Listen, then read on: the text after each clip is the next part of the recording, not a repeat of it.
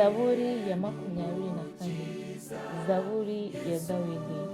Isi niba yuzuye ni iby'Uwiteka, isi n'abayibamo, kuko ari we wayishinze ku nyanja, yayishimangiye ku mazi menshi. Ninde uzazamuka umusozi w'Uwiteka? Ninde uzahagarara ahera he?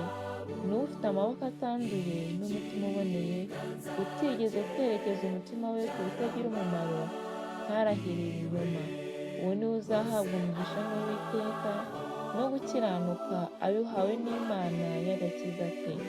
Abayishaka ni bene uwo, abashaka mu maso hawe Mana ya Yakobo. Mwa marembo mwe nimwunamuke, mwa marembo y'iteka mwe nimweguke, kugira ngo umwami w'icyubahiro abyukuruke. Uwo mwami w'icyubahiro ni nde? Ni Uwiteka ufite imbaraga n'amaboko, ni Uwiteka ufite amaboko yo kurwana. Mwa marembo mwe nimwunamuke, mwa marembo y'iteka mwe nimweguke, kugira ngo umwami w'icyubahiro abyukuruke. Uwo mwami w'icyubahiro ni nde? Uwiteka Nyiringabo niwe mwami w'icyubahiro. Haleluya.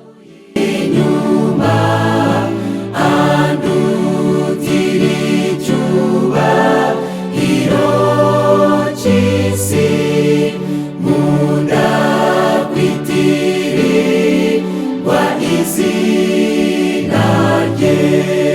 Bose aho ku umwami w'isi, ngaheranwa n'ibyaha. Nahitamo Yesu muri